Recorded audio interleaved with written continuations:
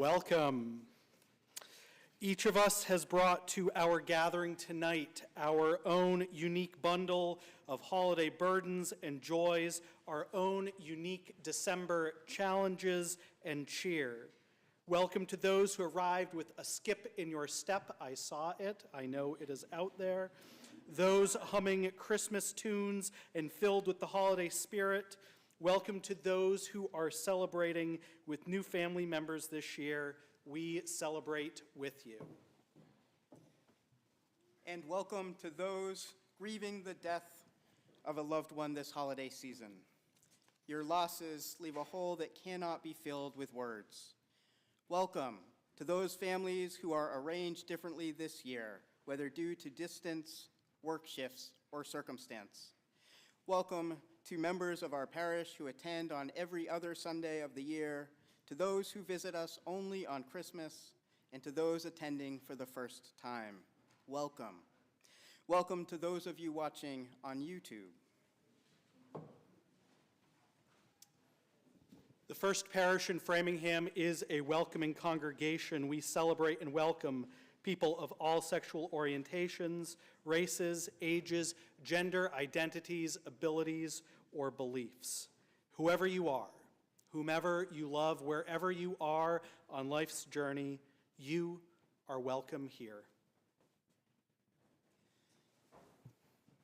I am the Reverend Mr. Barb Grieve, and it is my pleasure and deep joy to serve as the affiliated community minister of this congregation. And I'm the Reverend Aaron Stockwell Wiseman, Senior Minister. It is also an honor and a joy. Some housekeeping before we get further along. I invite you now to take a moment to set your phones to their quietest setting. I call that worship mode, so that we can be fully present to this gathering and this time. There are 3 restrooms behind this wall right here. You can use that door over there to exit. There are 3 exits in this building should we need to evacuate quickly, 1 in the back and 2 up front here. Welcome and Merry Christmas.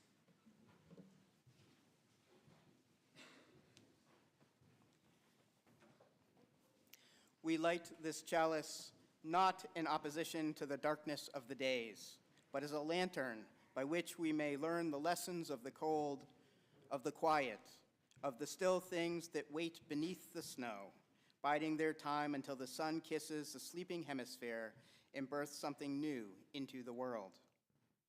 May we be bathed in this light of reason, this warmth of community, this fire of commitment. May it be as a village bonfire, a beacon in the darkness for all travelers, all seekers, all who wander in the dark and the cold, all who would bow their heads as a new day is born.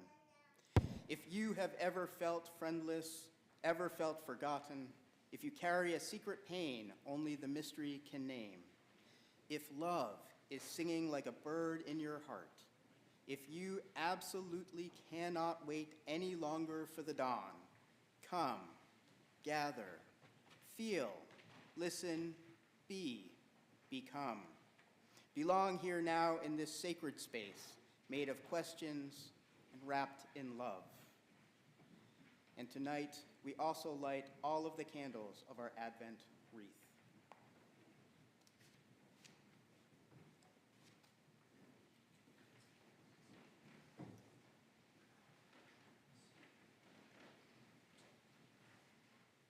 It is also the tradition of this congregation to light a candle for each of the new children born into this congregation and its wider community.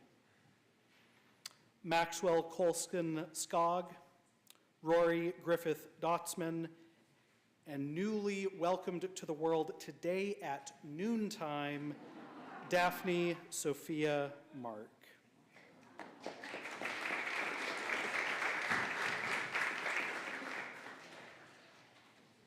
Are there other names out there that we should say and celebrate?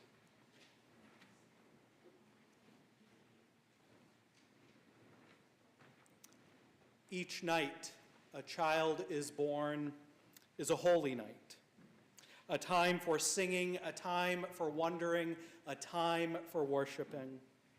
For so the children come, and so they have been coming, always in the same way they come, born of the seed of humanity.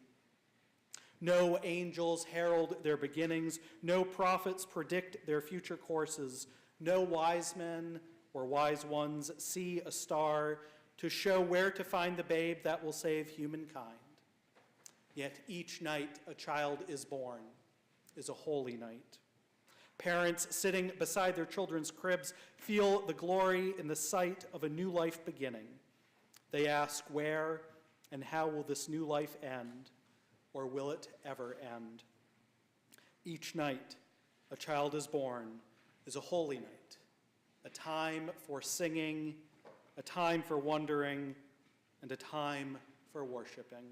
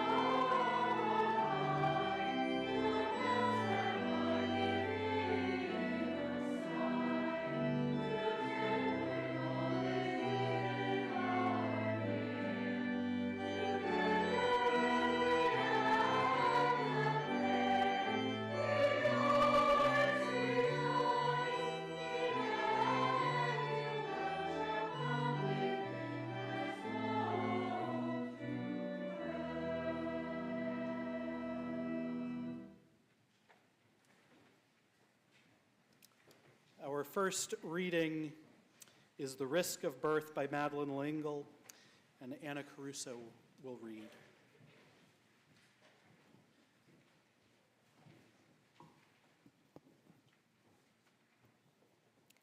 This is no time for a child to be born, with the earth betrayed by war and hate, and a comet slashing the sky to warn that time runs out and the sun burns late. That was no time for a child to be born. In a land in the crushing grip of Rome, honor and truth were trampled to scorn, yet here did the Savior make his home. When is the time for love to be born? The inn is full on the planet Earth, and by a comet the sky is torn, yet love still takes the risk of birth.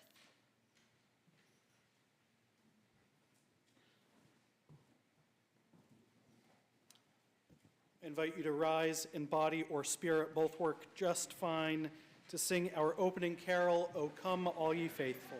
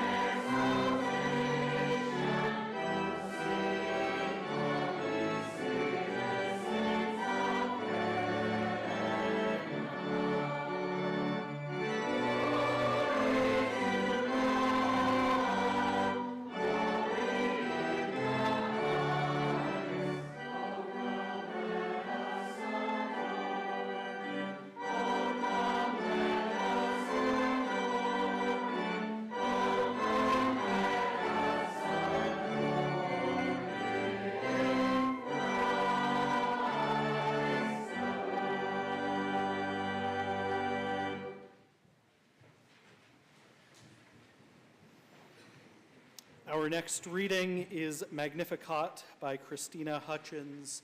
Ben Long will read.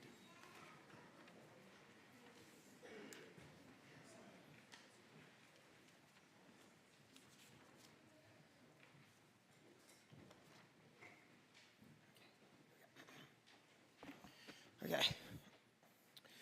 What shall I do with this quiet joy? It calls forth the expanse of my soul, calls it forth to go singing through the world, calls it forth to rock the cradles of death gently and without fear, to collect the rain in my spread hands and spill it like laughter, calls it forth to touch and carry her suffering, his age, our dense flesh, to bear into this world a place where light will glisten the edge of every wing, and blade of grass shine along every hair on every head, gleam among the turnings of every wave, glorify the turning open of each life, each human hand.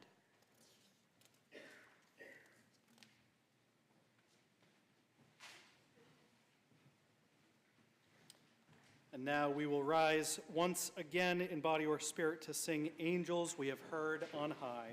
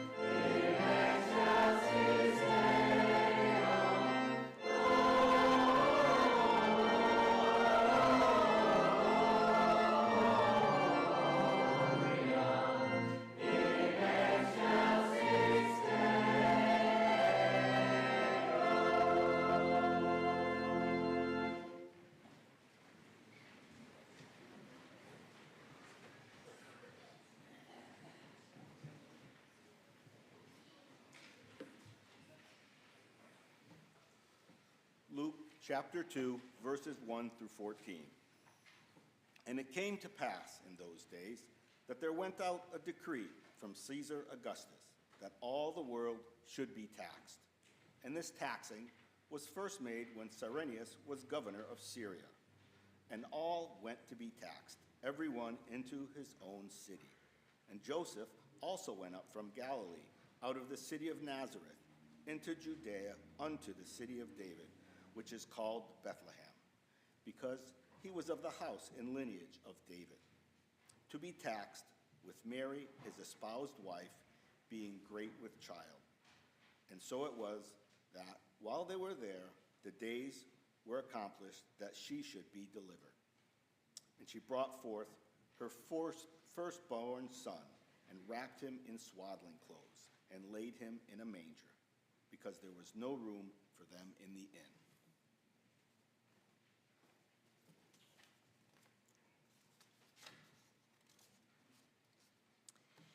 And there were in the same country shepherds abiding in the field, keeping watch over their flock by night.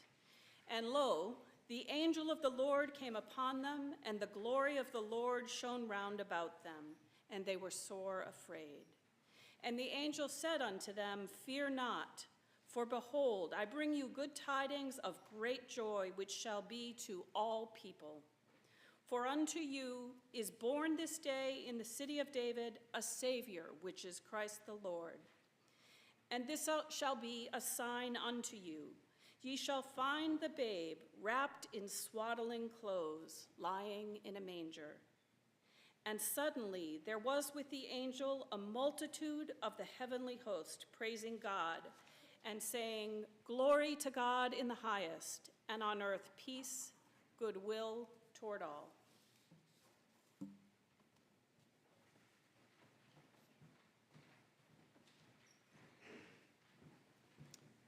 Let's now rise once again to sing It Came Upon the Midnight Clear. This song was written by the minister at the First Parish in Wayland, Massachusetts, many, many years ago. Angels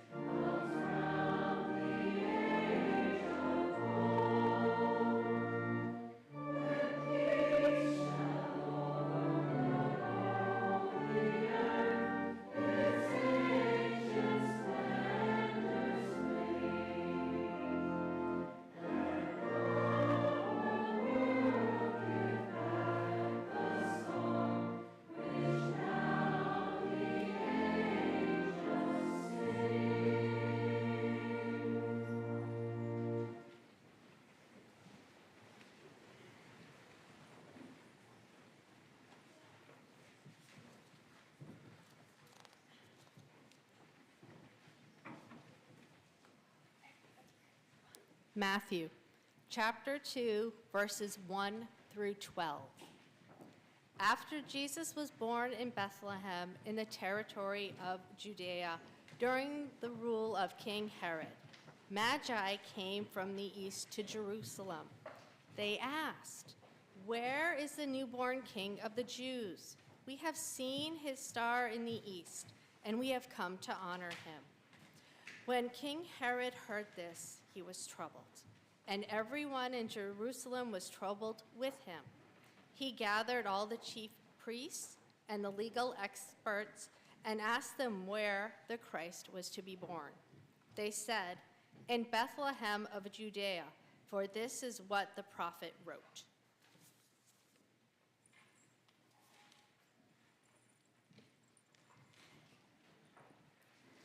Then Herod secretly called the Magi and found from them the time when the star first appeared.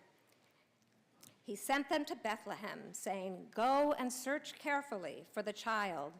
When you found him, report to me so that I too may go and honor him." When they heard the king, they went, and look, the star they had seen in the east went ahead of them until it stood over the place where the child was. When they saw the star, they were filled with joy. They entered the house and saw the child with Mary, his mother. Falling to their knees, they honored him. Then they opened their treasure chest and presented him with gifts of gold, frankincense, and myrrh. Because they were warned in a dream not to return to Herod, they went back to their own country by an alternate route.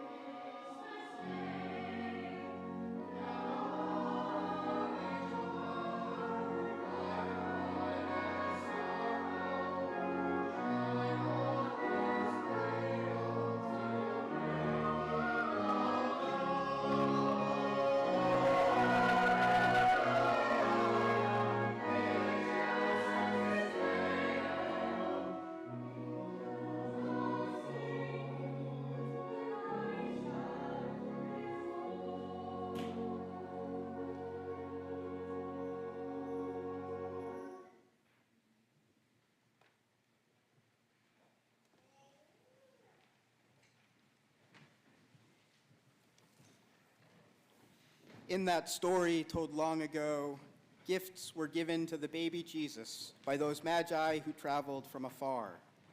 Tonight, we have the opportunity to give a gift as well.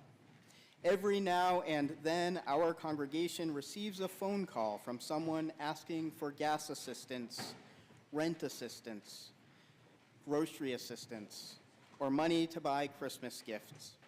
Sometimes it is from someone within our church family. Other times it is from someone who only knows us by our phone number. The sad truth is that the demand far outpaces the supply.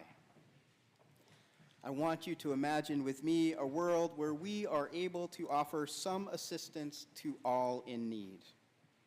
The minister's discretionary fund here at our church allows us to meet some of that need, and it is at the candlelight service that it is replenished each year. If you are able, please give generously. May tonight's offering be joyfully given and gratefully received.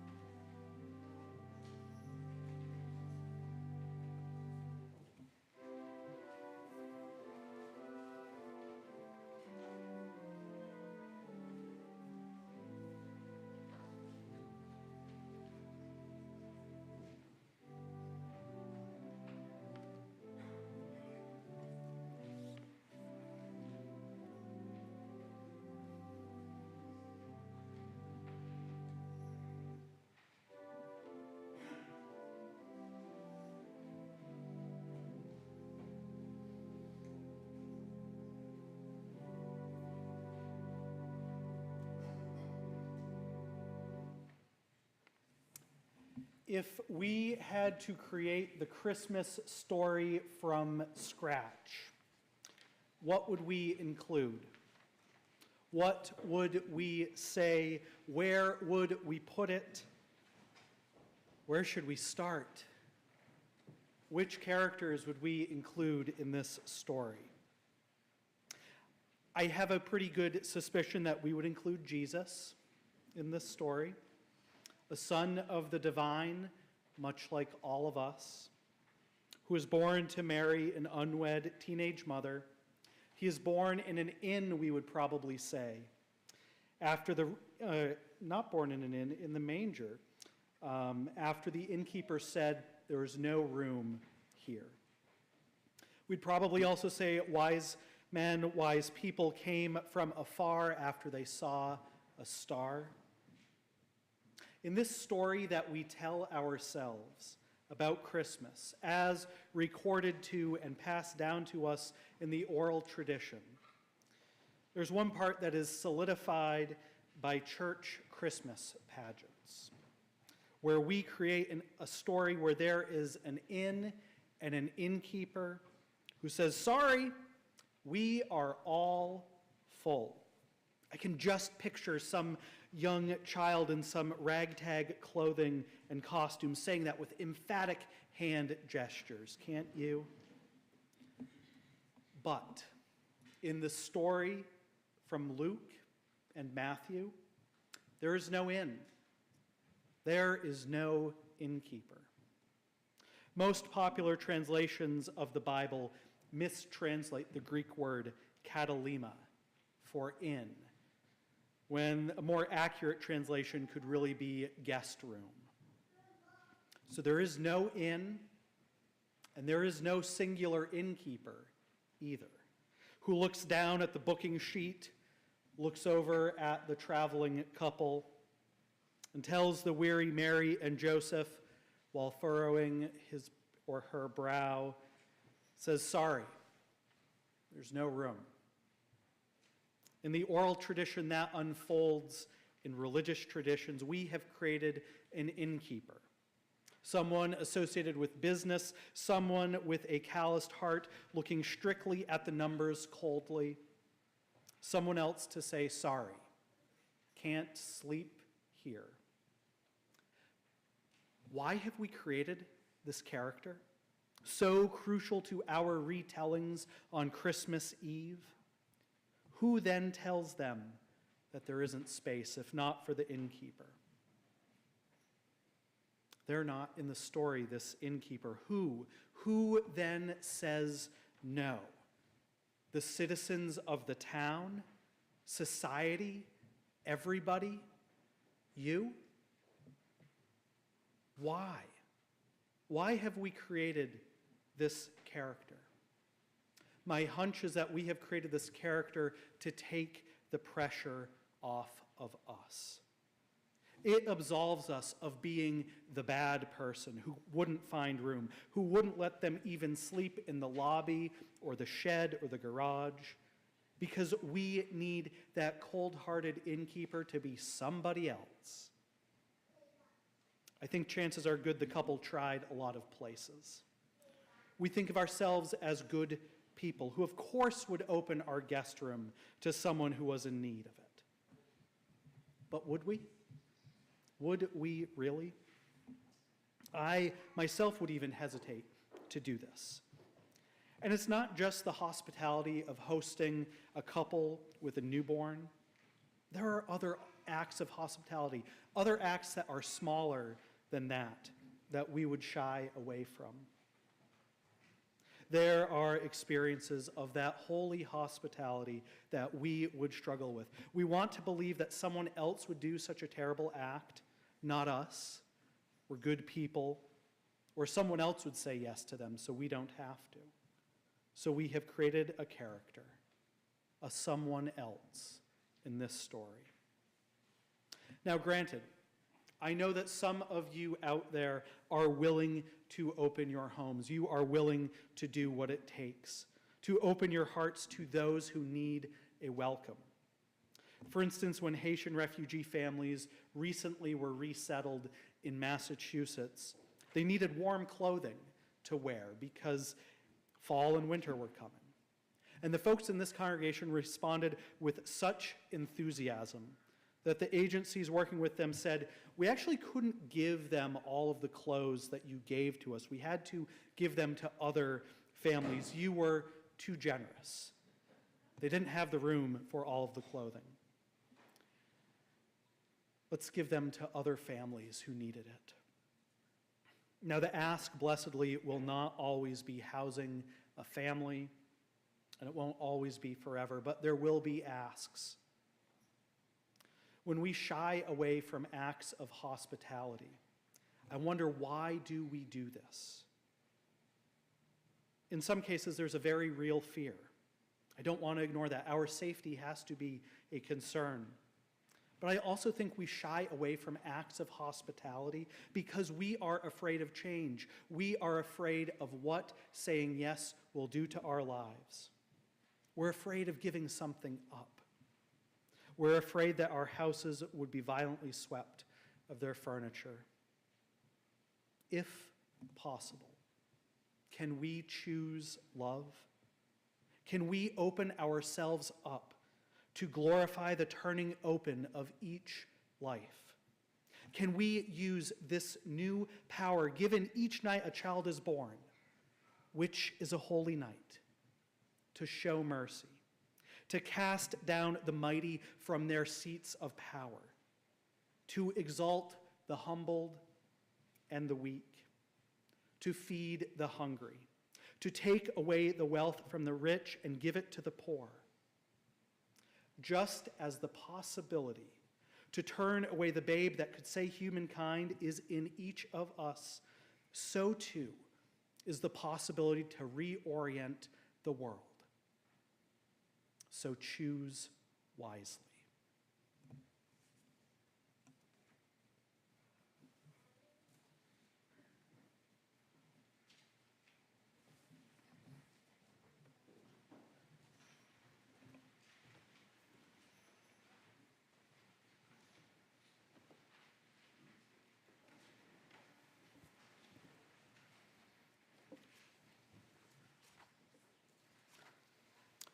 So it's time for the annual fire safety talk. This is the part of the Christmas Eve service that makes all ministers a little bit nervous. It's the passing of the candlelight. Our youth group acolytes have already come forward. Barb and I will light our candles from our chalice, and each of the acolytes will light their candles from ours. They will then walk down the aisle, lighting the candles of the person sitting or standing on the aisle. The safest way to light a candle is to tilt your candle at an angle and to keep the straight candle lit. We will then sing our candlelight carol as the light is passed. We'll hum a final verse and raise our candles in silence. We are staying where we are. This is a change from 2019. We'll stay in the sanctuary with our candles lit. So soon we will extinguish all of the lights in the sanctuary. I invite you to notice the darkness. Darkness is warmth. It is regenerative, and it is useful and restful. We'll then light our candles. Our singular light may not do much, but together, that is a whole other possibility. So let's lower the sanctuary lights.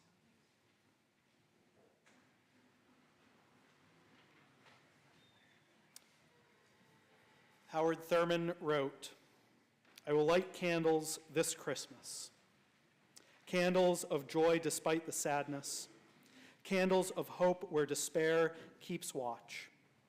Candles of courage for fears ever present. Candles of peace for tempest-tossed days. Candles of grace to ease heavy burdens. Candles of love to inspire all my living.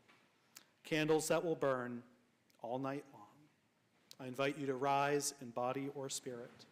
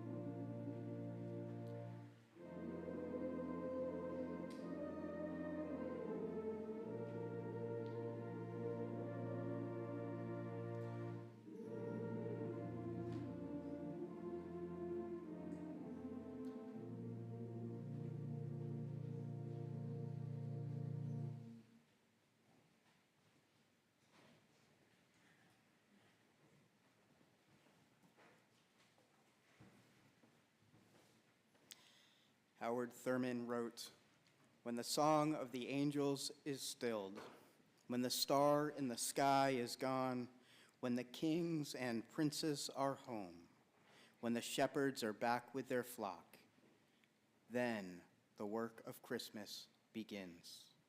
To find the lost, to heal the broken, to feed the hungry, to release the prisoner, to rebuild the nations, to bring peace among others, to make music in the heart."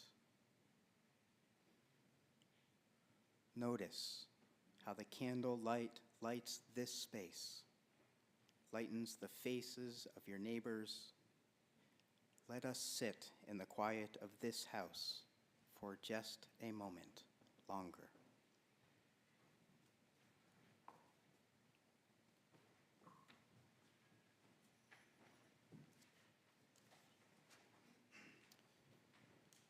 So now we will bring up the lights again in the sanctuary. We will extinguish these flames, but not the light of truth, the warmth of community, or the fire of commitment. These we carry in our hearts until we gather together again.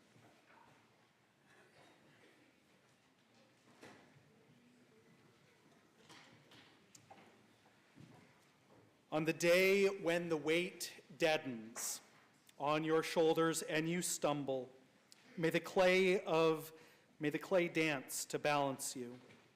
And when your eyes freeze behind the gray window and the ghost of loss gets into you, may a flock of colors, indigo, red, green, and azure blue, come to awaken in you a meadow of delight. When the canvas frays and the currach of thought and a stain of ocean blackens beneath you, may there come across the waters a path of yellow moonlight to guide you safely home.